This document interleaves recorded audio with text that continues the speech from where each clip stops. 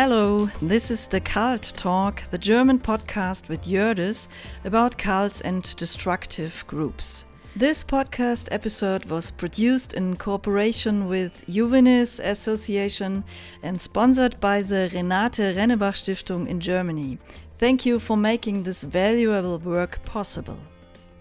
Yeah, hello, I'm Jördis from Germany and I am a qualified pedagogue in culture and media education, and I'm also an ex-cult member of an online cult group.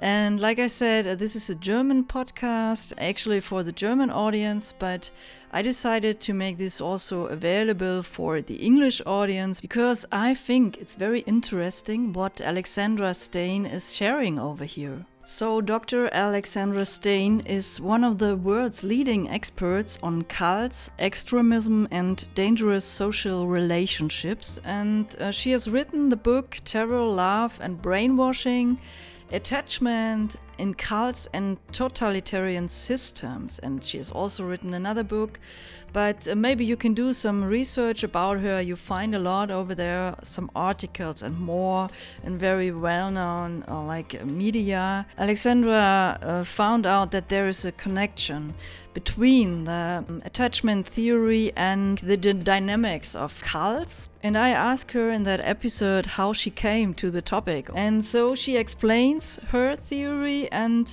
why people get stuck so much into the trap of cults. Later on we talk about dissociation and how cult leaders use language, or maybe more the way they are talking. It's very concentrated and intensive knowledge. And I want to give you an additional note. The association I'm working with and myself, we decided not to call the name of any group over here in that podcast for some reason. We talk about that online cult I have been in, because it's settled in America and has 2 American gurus, and she also knows it, and that's why we talk about their behavior and their language use, what maybe is interesting. So enough talk now by myself. I wish you a lot of fun by listening to that episode with Alex Stein. So I'm very happy today, and I'm so excited. I just can't hide it to have you here. One of the cult experts, Dr. Alexandra Stein, I say right now, and thank you for being here for this moment. You're most welcome. Thank you for inviting me. Yeah, I'm very happy to do that. So, like I said, I'm a bit excited, but I did read your book, and it was very interesting for me, and your theory, I could find a very deep understanding, or I have a connection to that attachment theory. And I myself, as an ex-cult member, I could feel some relief or something when reading this, because I just thought to myself, so I'm not guilty on this, because there's always this feeling in some kind of way. And I just want to say thank you for getting deeper into this topic and finding out what it is that makes people stay there so long, for such a long time, Well, I'm glad you were able to find some relief, because the guilt and the shame, and I think a lot of us feel shame when we come out of these systems, should belong to the perpetrator, to the leader or the leaders. It doesn't belong to the victims.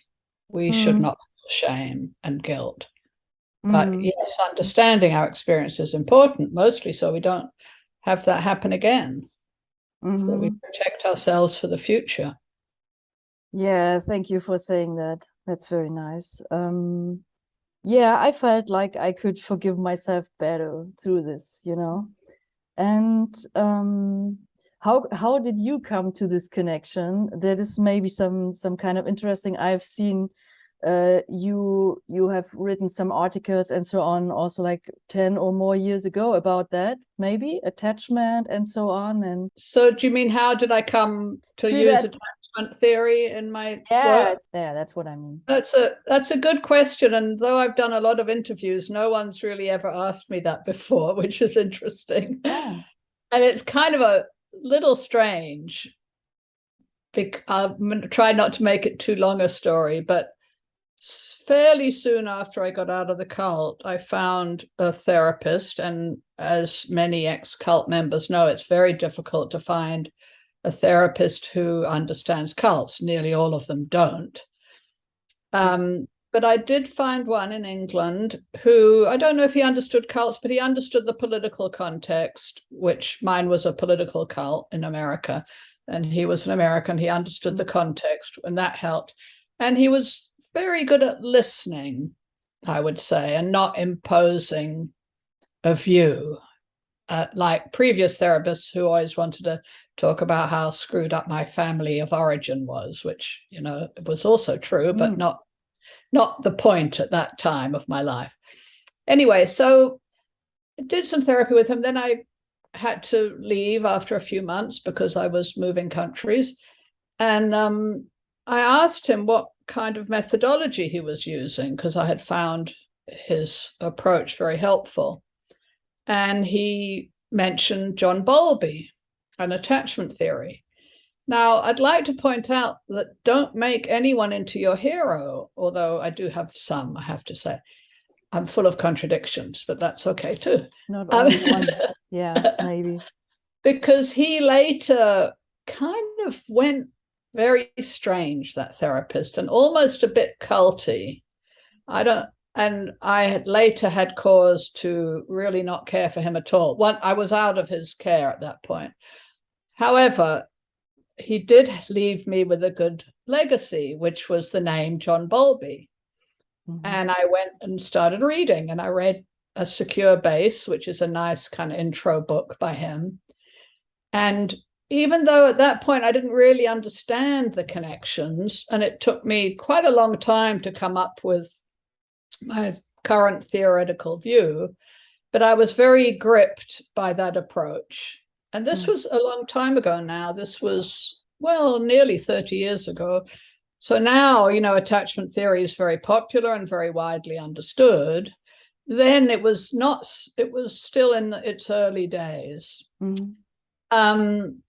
But being the kind of person I am, and I like to dig into intellectual questions, I just started reading everything I could, and eventually did a master's degree. And it wasn't till I did my PhD that I really started understanding disorganized attachment, which is the core of my view. So I kind of got a few things wrong in the early days about what I thought was going on, but I had a strong feeling that attachment theory was going to help. And it had a strong feeling, yeah. Yeah, that's interesting, because I think I just could get it so good, or understand it so good, because before I got into the cult, I was working on somatic experiencing, and so I did some research about attachment theory and trauma, and so that's why I could really understand that very good, and it also helped me after getting out, I think. Yeah. And what I like about attachment theory, well, there are many things I like, but I like the fact that it's very physiologically based. There's a lot of good science behind it, as there is in a lot of contemporary trauma theory. It's a evolutionary based theory, that these are very core parts of, well, many mammals, not just humans, behavior that are required for our survival, and that have been selected in as humans have evolved and survived. And I'm very much looking for things that have very clear, concrete evidence, and connect to a body of good science. Yes. And I think attachment theory definitely does that, as opposed to a lot of the as we call it here, the woo-woo stuff, which is sounds good, but you can't really figure out where it came from other than someone's, yes, and in the middle of the night. Yeah, and after getting out, you maybe need more like, deep or like something you can like grip or so, which is not woo woo. Yeah. And it also is very, people understand attachment theory because we all have some kind of attachment, good or bad or mediocre. So it's very understandable to people quite quickly. And I think the disorganized attachment also really helps people understand the what I call dangerous relationships that kind of put your head in a trap that becomes very difficult to get out of. Yeah, I always, after getting out, after understanding the first things, I always try to find out when it did happen, that I was like getting so deep into that radical destructive system or so. I couldn't really find it out. Maybe it's not important. Maybe, I don't know. Can you say something to that? Or, I mean, I know your theory, but maybe it's also not very important to have the special point or so. Yeah. Well, I mean, I think I did have a special point, as you call it. I don't think you have to. I think some can be more gradual. I mean, I think for me, it was both long-term and gradual, but then there was also a breaking point that I remember quite clearly, where I just felt like, I feel terrible. I can't understand any of this. I don't know what's happening. But I sort of, because of the isolated context they had succeeded in getting me into, and isolation is really the number one. It's isolation and fear working together is kind of the crux of the mechanism. So I was already isolated. I was under a lot of pressure from the cult. And I was getting these confusing and complicated messages. And I thought I was going crazy. And I'm not a crazy person. And I don't have a history of being crazy.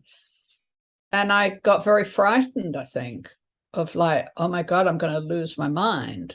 And that was the point where I just went, this is too difficult for me to understand. I'll just go with it, which sort of sounds wrong, but I didn't really have anything else to go with, if you see what I mean, because I'd already been sort of stripped away from my other life. And it was really a moment of submission. I look at it now, or what in spiritual cults you might call surrender. And of course, the cult leaders use that terminology. Yeah, or it's a breakthrough or something like this. They did, yeah. I can go with it a bit. I think I also imagine one moment where I was like feeling like laying down onto the feet of my gurus and doing everything they want. It's just the right thing, and I can't do anything else like this. Yeah, maybe it's this. Yeah, and it's very dangerous once someone has you in that position. But it requires some work to get people there. We don't just knock on a guru's door and say, I surrender to you. There's a process. And that process, my kind of quickest formulation of it is to say isolation from your previous life, if you had one. It's a little different for people born into cults. I always need to say that they face a different problem. But for people recruited, isolation from former friends and family, engulfment in the cult, which tells you it's the only safe or good place. They've got all the answers to everything, and everything else is in some way bad. So you've got isolation, engulfment in the supposed good place, and then they start to create fear arousal in you. And that really works to get a extremely confused and at a certain point surrendered or subjugated follower who will now do what they're told. And, you know, I was watching videos of the two leaders talking. I think they were sort of internal videos. They weren't the propaganda ones to the outside world. They were more internal. You could see it. You could see the guy. First of all, the way he looks into the camera is a totally hypnotic, grabbing kind of stare. Very abnormal way of looking into a camera, I would say. So there is that element of kind of fixing you with the stare. It's nothing magical. It's just not normal. Yeah. And then it's alternating between, you know, you're all great and I love you all. And if you don't do what I tell you, something really bad's going to happen. I'm going to throw you out. You know, you're just rubbish. And just these kind of lightning fast switches between, but you're my great people and I really think you're fantastic, but I'm gonna, you know, you're not doing what you're supposed to. A scholar, Ben Zablocki, talks about this kind of rapid switching between good cop, bad cop as alternating assault and leniency. And really, that's exactly what disorganized attachment involves, which is the unpredictability of how the attachment figure is going to respond to you. So there's various forms of attachment. You know, secure attachment is the optimal form, where the attachment figure is open and flexible and responsive, and you know, kind of they're always kind of going to be there for you in an appropriate and safe manner. Then you have the preoccupied, which is where they're sometimes there, but they're sometimes so preoccupied with their own internal anxieties that they're not always available to you. And so you get a kind of clingy person, because if you stay close to them, you'll grab their care when they are available. That makes sense. So it's kind of adaptive to be close to them. So you get people who are a bit unable to use them as a secure base from which you can explore the world, which secure attachment you can come for comfort, and then when you're comforted enough, you can leave and explore the world again. Preoccupied, you tend to stay close to your attachment figure, but they're not, so to speak, all bad. They can give you some good care when they're able.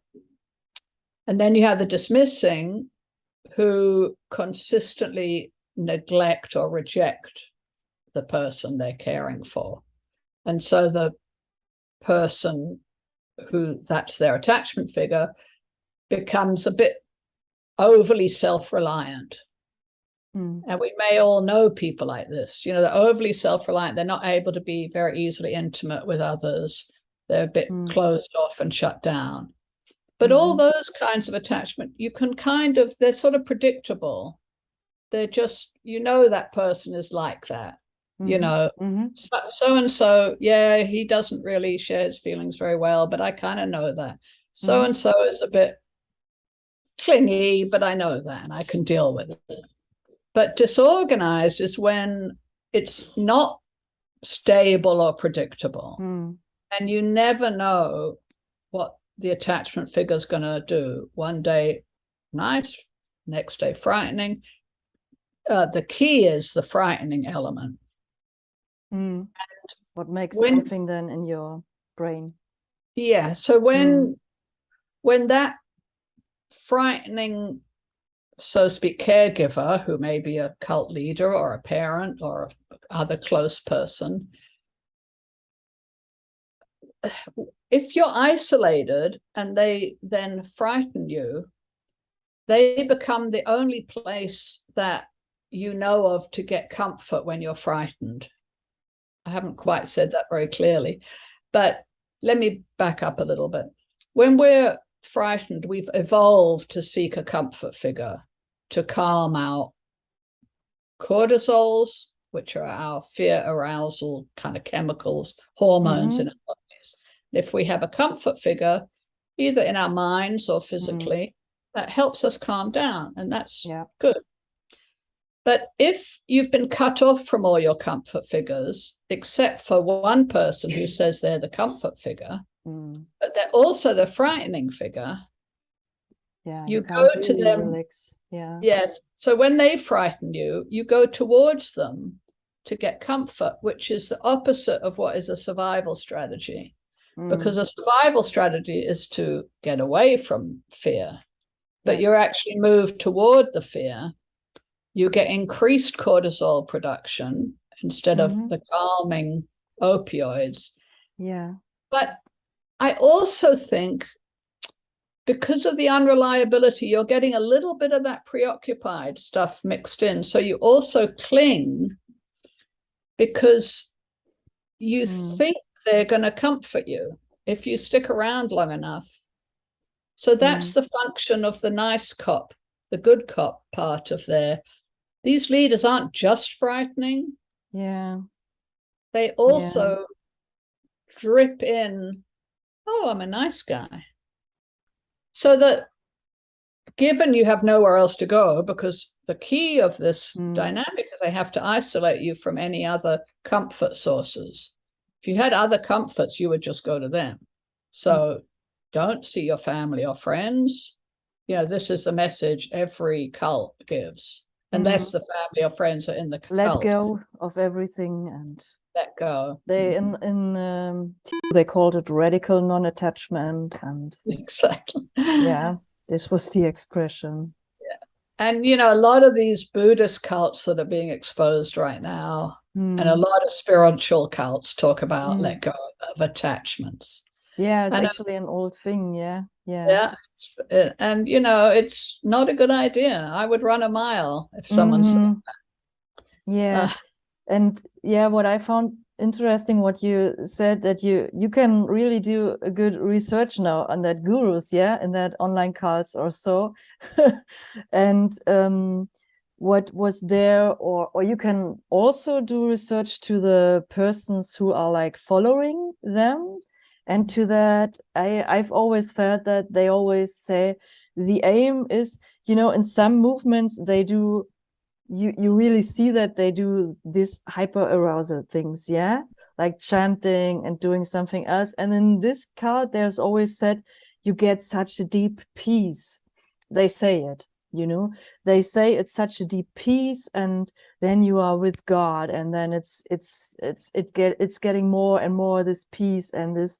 But actually, what I found out also through that Andy the Fellows, who's doing some videos about the Teos One cult, he also says they call it peace, but it's dissociation. And that's what I also find interesting. And when you see the eyes of the followers, sometimes when I see them doing videos and how they watch into the camera, and they are looking this kind of like a mixture between sad and away, I think you also see it in the eyes of the people, Yes, and I think you're right. And dissociation is a very important concept to understand, because what we know about trauma is when you're in a situation that attachment theorists call fright without solution, which is what you get in that isolated, disorganized relationship, it's a chronic relational trauma. And in trauma, we know that people, if they have no way out, which is what trauma is, it creates dissociation. And what dissociation means, I think most simply put, is you can't think about what you're experiencing and feeling in that moment. And afterwards, you still can't think. And PTSD is when you still can't think clearly about that moment, but you're overwhelmed just with rehearsing the feeling of fear that happened. And so the recovery for cults is to try to, in my view, I mean, there's other forms of recovery, but the one that I work with is to try to reconnect the thinking and the feeling parts of the brain, mostly by using language in a safe space. So whether that's writing for yourself, whether it's talking to a safe person or a safe therapist, but language is the thinking part of the brain, the higher order functions of the brain, and you are using language to kind of diffuse the unprocessed feelings of fear that happened in that moment of trauma. And that can actually transform where that feeling sits in the brain. And it moves it from the emotion, kind of hot feeling of fear center of the brain to the what I think of as the kind of cool, calm, and collected frontal cortex, where it's there. You can, I can talk about, I remember back my cult experience, but I can talk about it now, having written and talked about it ad nauseum for years, without the feeling. I don't get frightened anymore thinking about it. I've what they call consigned it to the past.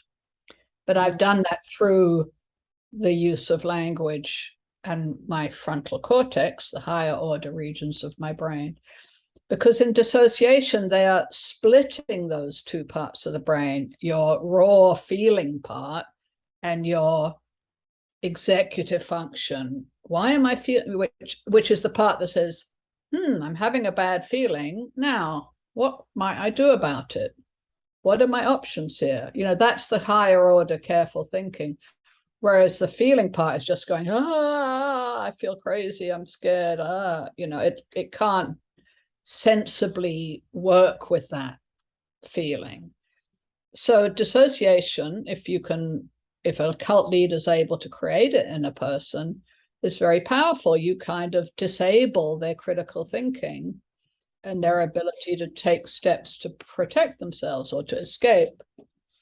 And as you were saying, all this chanting and hyperarousal, these are all dissociative techniques, as is the result of the frightening, isolated relationship. Now, I always like to remind people that dissociation in and of itself is not necessarily a bad thing. We dissociate often if we're listening to a beautiful piece of music, or if we're painting and we're in a state of flow.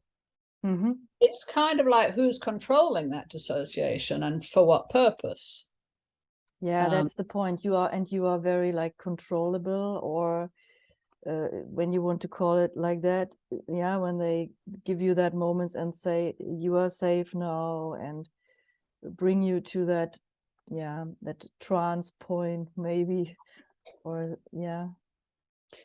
we see, and I don't know if you've seen the latest thing about Trump's rallies, which are very reminiscent, of course, of Hitler's rallies. They're just, these huge, well, they're not huge, he'd like them to be huge, but large rallies. The way he speaks is very hypnotic. It doesn't kind of make sense, like he just says it. It's very interesting. There's a whole thing to discuss, is how cult leaders use language. Which, there's specific things you can look at, but, part of it is that it doesn't really make sense. It sounds like it makes sense, but if you really try to dig into it, it doesn't. And then you have all these people, you have this collective experience of everyone sort of going, yay, yay, lock her up or whatever it is. And those big rallies like that I think themselves are creating that hyper-arousal and dissociation. Don't let the immigrants in, they're coming to rape our children and our wives. Those are just irrational fear messages, with this kind of collective amplifying of that feeling, with this great leader who's gonna, in Trump's case, build the wall to keep us all safe. You have it all right there. Yeah, it's actually really senseless. Yeah. Yeah, I understand. Oh my gosh, yeah. So it's really important, both for us as individuals and as societies trying to preserve democracy, to understand this. It's not just a quirky little cult thing. This is No. hugely important for society to get a hold of.